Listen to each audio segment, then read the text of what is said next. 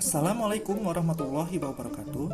Kami dari kelompok 7 Indralaya pada kesempatan kali ini akan membahas mengenai karakteristik ekologi perairan tawar.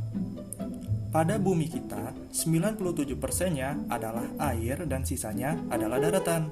Namun, 97% ini ada di lautan yang tidak bisa dipakai oleh manusia karena kandungan garamnya yang tinggi. Sehingga, manusia memanfaatkan air tawar yang ada di daratan yang jumlahnya sangat sedikit, tidak sebanyak air laut. Dari semua air tawar yang ada di bumi, banyak yang tersimpan menjadi es, sehingga yang tersedia sangat sedikit untuk dimanfaatkan oleh manusia.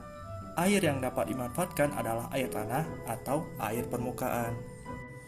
Air memiliki sistem pergerakan atau siklus yang terus berputar sehingga jumlah air yang ada di bumi tetap, yang dimulai dengan evaporasi atau penguapan, kemudian mengalami kondensasi dan terkumpul menjadi awan, lama-kelamaan akan menjadi jenuh dan terjadi presipitasi, jatuh ke permukaan tanah.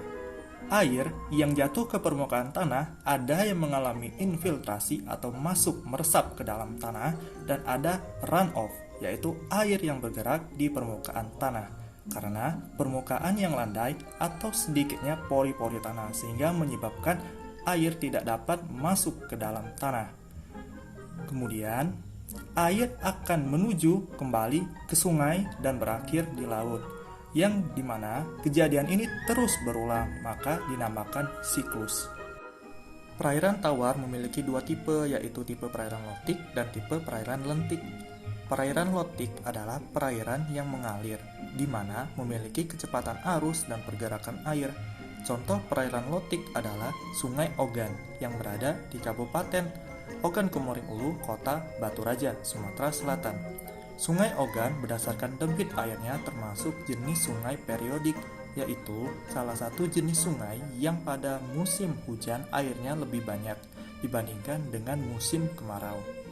Kecepatan air sungai dipengaruhi oleh gradien kemiringan, di mana semakin tinggi gradien maka arus akan semakin cepat, dan semakin rendah gradien maka air akan semakin lambat. Pada perairan sungai, biasanya terjadi pencampuran massa air secara menyeluruh dan tidak terbentuk stratifikasi vertikal kolom air. Pada Sungai Ogan, terlihat bahwa pada bagian dasar sungai terdapat endapan lumpur, kerikil, dan pasir yang didapatkan dari hulu sungai.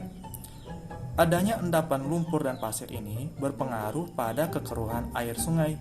Keruhnya air sungai ini berpengaruh pada organisme yang melakukan fotosintesis.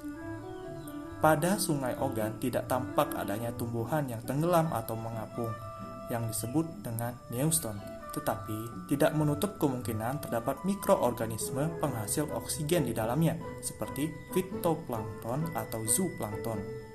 Pada pinggiran sungai terlihat banyak tumbuhan yang hidup. Sungai Ogan memiliki organisme nekton, yaitu ikan.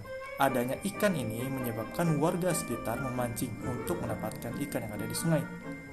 Ikan dapat hidup di Sungai Ogan membuktikan bahwa gas terlarut atau oksigen terlarut pada Sungai Ogan masih cukup, sehingga ikan masih dapat hidup di Sungai Ogan. Suhu juga mempengaruhi kehidupan organisme perairan. Suhu sangat bervariatif tergantung pada letak geografis, intensitas cahaya matahari, naungan, kekeruhan, kedalaman, kecepatan arus, bahan organik, dan sumber air. Kali ini saya akan menunjukkan perairan yang ada di Kabupaten Ogan Ilir. Perairan ini berlokasi di Salatiga Seberang, Kecamatan Indralaya, Kabupaten Ogan Ilir. Lebih tepatnya berada di daerah Tanjung Senai, Komplek Perkantoran Terpadu Pemerintah Kabupaten Ogan Ilir.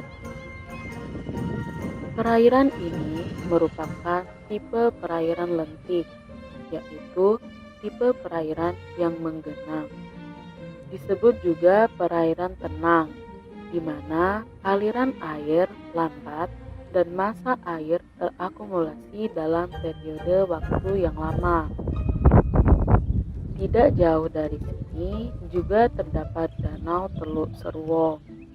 Danau berbentuk kupu-kupu ini juga merupakan tipe perairan menggenang atau disebut perairan lentik. Demikianlah video kami dari kelompok 7 Indralaya mengenai karakteristik ekologi perairan tawar. Sampai jumpa di video berikutnya. Wassalamualaikum warahmatullahi wabarakatuh.